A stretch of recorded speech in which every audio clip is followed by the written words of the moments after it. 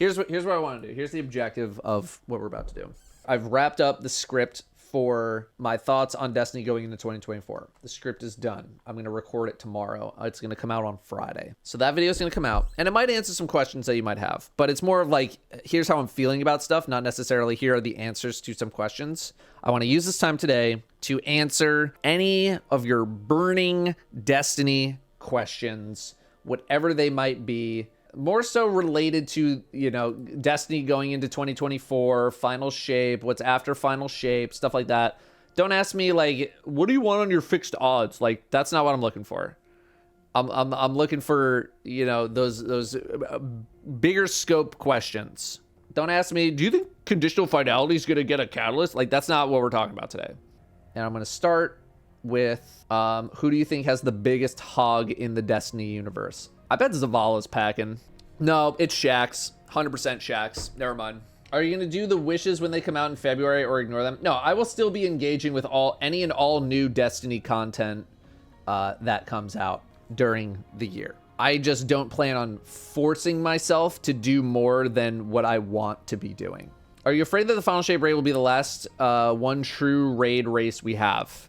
I'm not, because I think Bungie knows how good raids have been, even if they like probably, you know, cost a lot more than they recoup back. I think they're too important to the franchise for them to stop doing them. Now, what the future ends up looking like for raids, that's a great question. I think they're too important for them to for Bungie to just willingly like throw in the towel on raids just because they're like, we don't feel like it. Do you think Wrath of the Machine will come out? I give that a 50-50. I feel like I remember reading something about how like Wrath of the Machine has a lot of technical stuff that is tough to kind of transfer over to Destiny 2. I don't know if I'm literally just making that up or I actually read it somewhere. I'd give it a 50-50, but maybe don't hold your breath. Do you think the Vanguard will lose another character? I think it's possible. I don't know how impactful it would feel if Ikora died or, you know, something like that, or Shaxx died. Like, it would suck, but I don't know why they would kill them off because the story has never really felt like it's about them. You know what I mean? Yeah, I could see them writing Zavala out. I totally get that. Although they did hire Keith David to do his voice, so, you know, maybe he's still sticking around. The story's like never really been about them. You know, it's been about them here and there. I don't think they need to like kill them off or anything. Do you think community has ruined or improved any aspects of the game?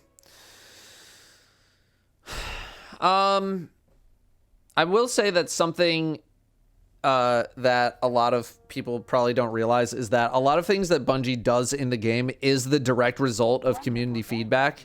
It's just maybe not always done the exact way that the community wants it to be done, or maybe it needs a lot of adjustments. But like I can tell you, for example, like one of the earliest things that I can remember is literally when all the content creators went into Bungie and had to have a big talk with them in between year 1 and year 2 to like sort of give a whole lot of feedback about the future of the game. And that turned out pretty good. And I'm sure there's been plenty of instances where community feedback has, you know, impacted the game in a significant way. Ruined? I don't know. Me versus casuals has always been an interesting situation. So something that gets ruined to me might be, you know, completely revitalizing something for somebody else. Sunsetting is another example. A lot of fighting back about sunsetting that, you know, caused Bungie to kind of change their course. So there's been plenty of stuff that I feel like the community has definitely impacted just through their feedback. Ever getting a D3? The eternal question. I've answered this question like a billion times. I even have my own dedicated video about why, at least for a very long time, I didn't think there was going to be a Destiny 3. I still really don't feel like there will be one because I just don't know. Other than like changing the number from 2 to 3, I don't know what it really brings to Bungie to like do that, because all the stuff that I think they could make in a Destiny 3 could easily fit in a Destiny 2. And if they're not going to be changing their engines or doing any sort of major engine upgrade changes, blah, blah, blah, then like it feels more like a marketing thing, if anything else, which, don't get me wrong, would be like a good entry point for a lot of people to like maybe try to get reinvested in the franchise, which is now like something that I feel like has a non-zero chance of happening at this point, just because Bungie has had so much negative feedback as a whole from the wider gaming community that, you know, that's one of the biggest questions that they have to answer going into next year is how do we bring new people to this game when all of they have ever heard about Destiny is pretty much bad news, even though the game itself is like not that bad. You know, it's not like the worst game ever. You know what I mean? There's still a lot of things about the game that are incredibly fun. But they've only heard horrible, terrible things about it. They never hear anything good. So how do you deal with an aging population that's going to rotate out of the game? The addition of free-to-play ruined the motivation for Bungie to add content to the free core activities due to lack of payout. Hold that. And also, let's limit TTS while I'm doing this. You have a population that's going to be rotating out of the franchise completely as soon as the final shape is over, regardless of what Bungie does. And you're not really bringing in too many new people to the franchise right now, at least anything that's noticeable. So now, do you try to do a Destiny 3 where you transfer everything over from Destiny 2 and all that, but you give people some kind of a new opening and a new chance to kind of re-engage with the game? I'm not sure. It depends on many pieces of data that we simply do not have access to. We say the goal for 2024 for Bungie is to clean up their image. I think 2024 for Bungie should be just like trying to figure out how to land on their feet and try to figure out what the future of this game is going to be and how to positively engage with the wider gaming community in order to get people to their game again. Do you see D1 coming to PC? No. Biggest hope and greatest fear for Final Shape. I think my biggest fear is just like the story doesn't end in a very, very satisfying way that leaves people happy that they played. So I think my biggest hope is that with these 3 extra months, which might as well be 9 seconds in game development time, give Bungie enough time to beef up the Final Shape to the point where it is like my bar is like make it as good as Witch Queen. That's my bar right now. And that's kind of at the low end. It's really got to knock people's socks off. But even if it doesn't, like I feel like so many people are just going to play and just not care no matter what. You know, even if it's not that good, people still play it and just be like goodbye. So, yeah, I think my greatest fear would just my greatest fear would be Bungie just not sticking the landing on the Final Shape. Or like the raid is, you know, not very good or something like that. What's your thoughts about us taking care of Xivu after the Witness? I've always wondered what Bungie was going to do with Xivu. I think it would be an interesting thing to sort of use Xivu as a way to introduce whatever the new arc of the game might be, like story-wise. Because Final Shape, we beat the Witness, whatever, and then over the year we maybe learn of some new developments about Xivu, and after the 3 episodes, you know, we have this big finale with Xivu, and then the results of that lead us into, you know, whatever the next era of the game might be. They could do something like that. We could just completely ignore her. We could just kill her off in a damn story mission. I don't know. It just depends on what they want to do with Xivu. How much replayability will Destiny 2 have post episodes? Are you expecting them to dump all the old content back in the game and have it be like 300 gigs? Am I expecting them to? No. I'm not expecting them to. It'd be nice, but I'm not expecting them to. How much replayability will Destiny 2 have post episodes? That's kind of a tough question to answer because we don't know anything about Destiny 2 post episodes. We don't even really know about episodes really that much. Something that I plan on talking about in the thoughts on Destiny going into 2024 video, which will have already come out by the time anyone on YouTube's watching this, is that I think that I would much rather see more novel things be added to the game with wider gaps in between than Bungie's story essentially being 5 to 10 minutes of dialogue after you run a seasonal activity. Like, I log into the game not because I want to go run the coil again, but because I want to listen to these characters interact with each other and progress the plot and do all that kind of stuff. I don't play to like log back in to run the coil. You know what I mean? And I think Destiny is always at its best when like we get something like a star-crossed, you know, the actual thing itself, not like, you know, how good the mission was or whatever, but like when we get things like a star-crossed or a new mission or something like that, I would much rather see more but maybe less frequent bigger missions than more frequent smaller dinkier things. Like, you know, we log in, we run a Riven's Lair, and then we listen to characters talk to us. 10-year retrospective when? It's going to be the 11-year retrospective, and it's going to be after Final Shape. I don't plan on doing the retrospective before Final Shape. Just doesn't make sense. Is there anything that was added this past content year that you really enjoyed or would like to see expanded upon in the future? Yeah, Coil. I think Coil is like a top 3 seasonal activity. Arguments for number 1. I would love to see something like the Coil expanded upon and it potentially even made into some sort of a core playlist. I really like that concept of, you know, sort of this roguelike type activity in the game. You know, Deep Dive was kind of like a similar thing where, you know, Bungie probably got a bunch of good feedback about Deep Dive and was like, okay, let's ramp it up a little bit. And that's kind of what Coil is. I've always been some kind of an advocate for like the PvE equivalent of Trials.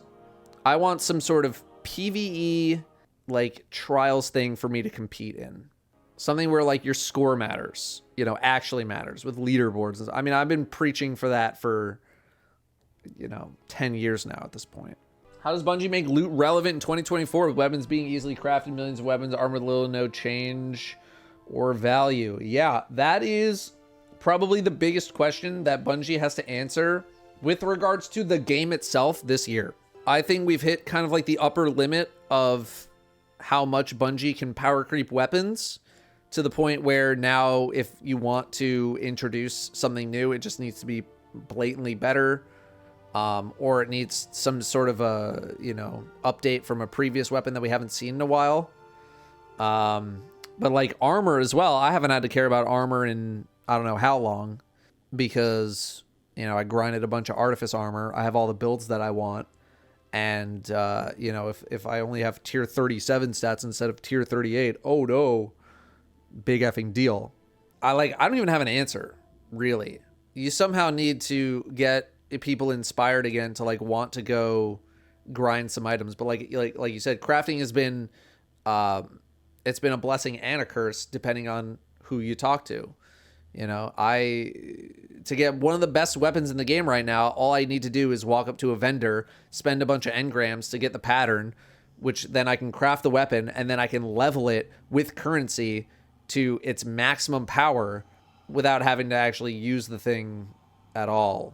The effort needed to get some top tier items is just like not needed anymore, which again, for some people don't like that. A lot of more casual, I'd say the more casual you are, the more you probably do like it. And Destiny is a casual game. At the end of the day, it skews more casual. So they are going to try to appease the more casual players. And then armor, like I don't even know what the hell they can do with armor. Because you think about like what do MMOs do? What do MMOs do? They make number go up. That's all they do.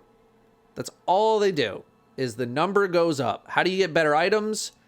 Number go up. That's it. That's what they do. That's what I did in WoW. for 6 years. I went through Molten Core, and then Blackwing Lair, and then AQ, and then Naxxramas. And then what happened when Burning Crusade came out? All that gear was way better than the best raid loot you could get during that expansion cycle. They just make number go up. But with the way armor, for example, works in Destiny, they can't really just do number go up, because then all of a sudden you have super inflated stats on some people. And then you have this situation that Bungie's going through right now where, you know, they have to try super hard to challenge people who actually have created a build, but also, you know, monitor what's going on with the people who just have no idea what they're doing. Because if you know what you're doing in this game, you can just crush it. If you have a half decent build put together and you can sort of play it, you crush this game. You absolutely crush it. But if you don't, apparently the game destroys you. Apparently you will just get annihilated by this game. Bungie has to figure out how to keep the people who know what they're doing challenged, while also keeping the people who don't know what they're doing entertained, and also still allowing them to get through content. My only other thing would have been like set bonuses, but Bungie does not seem interested in going a direction that, or they don't seem interested in going that direction with, like, you know, having set bonuses on armor. But also I was kind of thinking about it, like, I don't know, the set bonuses would have to be like really, really good. But like, also imagine, you know, now we have all these build crafting tools in the game, and like build crafting is actually a thing. We have all these loadout slots. Now imagine like needing to keep several sets of armor for, you know, all these different set bonuses across all these different builds. Imagine people's brains exploding, you know, with that. Like, think of casual brains who can't even, you know, wrap their head around the fact that, you know, you equip sun bracers and a solar subclass at the same time and you can pop off. Make the raid mods better. Like, they've never mattered. That's the thing. They've never mattered. They've never mattered. Except for enhanced relay defender in Garden of Salvation. And only then it kind of mattered. When we first met, did you know that you'd fall for me and secretly have a crush on me for years? Don't tell them that, Tash. I told you that in confidence. Even though it makes sense for numbers, do you think that keeping the game accessible for new players has limited how much depth the game can have? Yeah, the more you want to keep something casual friendly, the more you have to limit how intense the game can be. I mean, look at seasonal activities in general. They're not that complex because everyone needs to be able to play them. I wouldn't even say new player accessible. I would say casual player accessible, because new players is a whole different thing. But yeah, they need to keep things more accessible for casuals, because casuals make up most of the game. Expectations or thoughts as to what the final shape raid might be, like the Witness as a boss fight, 3 different ways. I think it'll be more pretty kind of traditional raid setup, you know, entrance, encounter, you know, boss fight, platforming section, boss fight, slightly bigger platforming section, maybe a non-boss encounter, platforming section, hit the Witness, you're done.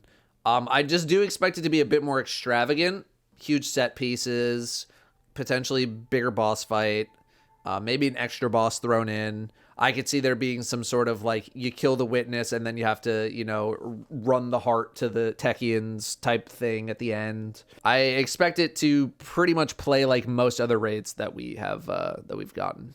What am I doing post Destiny? That implies that Destiny is like ending, which I don't think it is going to, because Destiny still needs to exist for Bungie to exist at the moment. I can tell you that I am trying to be doing things alongside Destiny. This year for me is going to be about figuring out what else I can do, trying to enter the variety space a bit more, figuring out what my identity is on YouTube for like the rest of my career. That's what this year for me is about. Am I still going to cover Destiny content? Absolutely. Anytime there's something I actually want to discuss, I'll be talking about it. I'll be uploading videos to the channel. As long as Destiny is around and people are still watching the videos and I can still afford to do this full time, I will still probably be doing it. Ever consider getting the low man content for an extra challenge? That part of my career, I think, is past me. I don't really have much ambition to conquer those challenges anymore. There was a time that I used to, you know, I've I soloed Axis.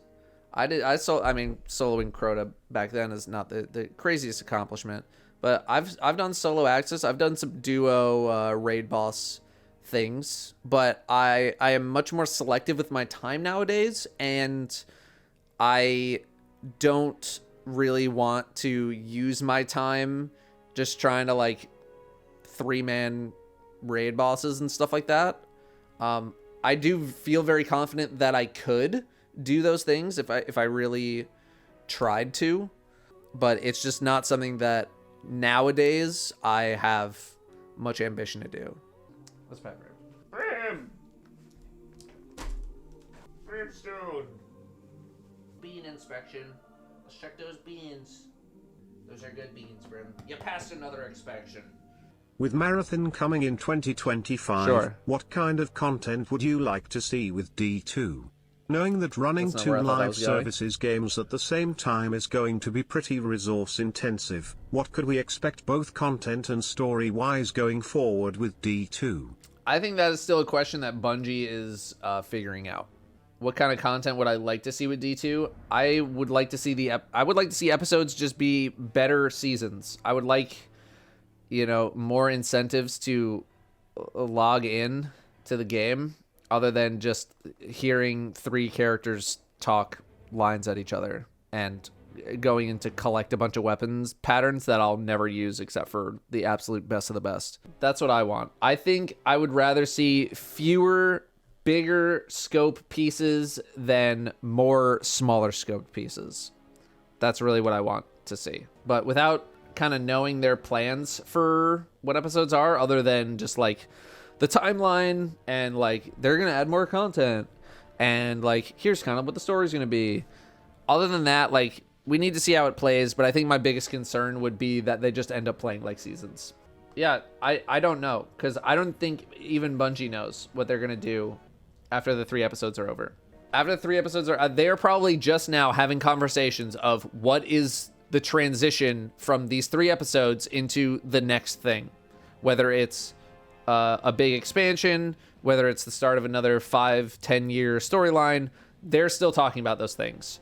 So it's tough to even speculate when the answer can be anything. That's the problem. They can do literally whatever they want. Anything that they want. They could take it in any direction possible. They could come up with completely new characters. They could make it so like, oh, as soon as the witness is dealt with, we get teleported to an effing alternate dimension and a new story start. Like they could do anything that they want, literally anything that they want, and we have no direction at all other than we have episodes and they're going to talk about what happens after the events of the final shape. They can do anything, which is both incredibly encouraging and incredibly scary. It's like, what are they gonna do, bro? So yeah, it's tough to even speculate when it can be anything, You think bringing back all D2 raids is sufficient compromise to the sunsetting criticism as opposed to unvaulting all planets, destinations, legacy campaigns, etc.? No, but it would at least make some people happy, so that's a start. I would like to see all the raids unvaulted. That'd be nice. The main issue is that people want to be able to play every single piece of content that the game has ever offered, which I understand, and like would be really nice for new players to be able to come in and do that. But they would literally only be, unvaulting those things for the new players, which is not like the worst thing ever. Like, oh no, they're giving new players the game. Like, that's fine. I just don't know what it takes to bring that content back. What do you want to see added to the game the most? Better new player experience, more hardcore grinds, unvaulted content, etc. Well, I mean, I'm gonna be selfish and be like, I want more hardcore things to do because I'm a hardcore player. But I know that the game desperately needs to bring in new players, like really bad. Unvaulted content, I could give 2 Fs about. I don't care. Bring back Mars. I'm never gonna go back to play Escalation Protocol. Don't care. I'm not going back to Titan to walk around the same 3 platforms. I'm not. I'd rather see hardcore content added to the game, but other things need help. What's your thoughts on the crossover skins? Is there a crossover you'd be super into? I mean, I don't know. I think they're kind of neat.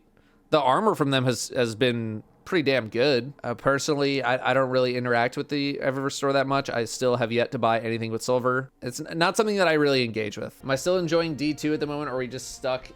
Are we just in sunk cost fallacy times?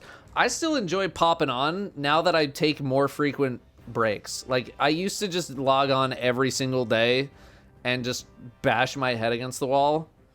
But now that I actually get some separation and like I don't force myself on when I don't have anything that I want to go do or go achieve, I like popping back on, you know? It's refreshing to like, you know, play for a little bit and then come back when I have something to do, as opposed to just bashing my head trying to figure out what the next effing video is going to be, you know? Datto, when is Sony taking over Bungie so we can finally get OD1 weapons into D2? Bruh. Also, which weapons would you want? Bruh. Does my wife still love me? Bruh. Bundle, silver bundle. Buy the silver bundle or else.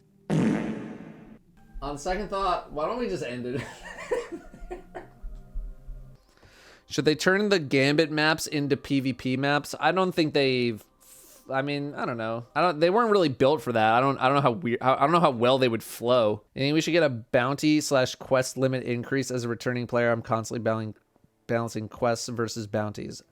I don't think that's something that's going to be a long-term problem for you. That is an issue that you will eventually resolve. It's not something that I feel like is super necessary to like adjust. I would love more space, but it's not something that I think they're going to adjust.